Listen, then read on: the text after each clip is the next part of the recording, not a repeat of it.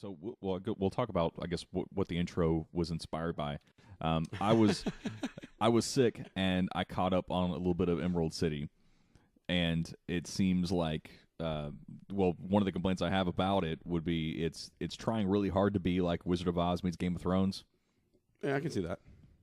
Yeah, but who's not trying to be like Game of Thrones? Everyone's trying to be. But on free TV, so you can't have any of the salaciousness. And that's, what we mentioned back and forth when we were talking about it. Like, it's one of the better things NBC has running right now. The concept is good. The storytelling and the pacing seems to be troublesome. Yeah. And I would agree with that. And a little bit of they don't. It's granted you have a character that's dropped into a universe through a tornado, but it's difficult to really find any sort of following in the show when the motivations of the characters don't really get explained. Yeah. It's very choppy. It seems like they've set a target per episode that they need to reach, and they're getting there as fast as they can. Yeah. They're just shoving point to through point it. to point, and we've seen that go the wrong way before. Yeah, and you could go back. You could go the wrong way with that, saying that it's so slow, it never goes anywhere. But this is just so fast, and you don't get any explanations most of the time. You're like, and the cast sprawl hurts it. Yeah. I mean, granted, I'm guessing we got to just wait for her to get down that yellow brick road. Well, I will say the cast is smaller now than it started. Yeah.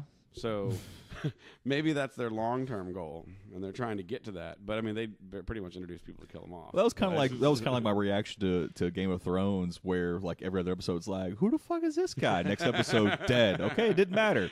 Yeah, pretty much. Roll on. Next guy, like, who is this guy? Dead. Doesn't matter. Yeah. Yeah, but that's how it is in the book. So yeah. That, and I'm not a huge fan of don't call me a hypocrite. them bringing just like, only barely know we can win everything with a 9mm. Yeah, it's kind of a cop out for me. But well, I mean, the bullets are eventually going to run out.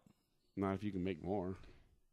Well, what kind of magic is this? It's so pretty. And I think that's its best thing is that the costuming and the sets and all of that is gorgeous, which I know you say you ingest it passively, but it's very it's a very rich show. The construction of the show, the construction of the sets, the characters, the actors playing the roles themselves. It's got depth to it. I think they're doing a great job with it. It's just the story could use a little bit of help. The easiest way to get my point across is to ask everyone at the table what their favorite character is. I don't have one. I'm not emotionally attached to anyone at this point in the storyline. Witch of the West. Witch of the West? Mm-hmm. She's druggy, but like that's really how, for me, if I'm not emotionally invested in the show, like it's not going to go all that far. I think she has shown a lot of range. I've liked that character probably the most, but I still don't feel like, okay, well, you just come in when you're necessary. You use old magic, and they're trying to not let you use it. So. Yeah, this show's at risk of getting dropped off the same way Breaking Bad did, where I just realized I don't care if any of them die. Yeah. That was but my full we're only, of that what, show. 6 episodes in right now, Josh too? just kept wanting them to die. Yeah. Well, it's like 7. So yeah, we're 7 episodes in. I think they're going to go, what, tomorrow 12, should be 8. 12 or 13 for this one? Well, the way I related it to him I'm when assuming. he brought up the NBC thing, and I was like, well, Heroes shot itself in the foot. So I never got around to watching that, and I've heard it's so good. The first season was incredible. The first 2 seasons were good, and then there was a couple sharks that got jumped, and they tried to fix it, and then the time travel wouldn't let them fix it, and it kind of spun out from there. Mm-hmm. The worst thing they ever did was bring out Heroes Reborn, because really, yeah, I thought it was really solid, like starting out, like the way the storyline hit and all that, but it was just like it fizzled because it didn't get a following. So it's like if you were going to put the time and effort into pushing a show that you should have ended differently, and you're fixing those problems, you should have backed it with a 2-season contract or something that your fans would have not felt like they wasted more of their time.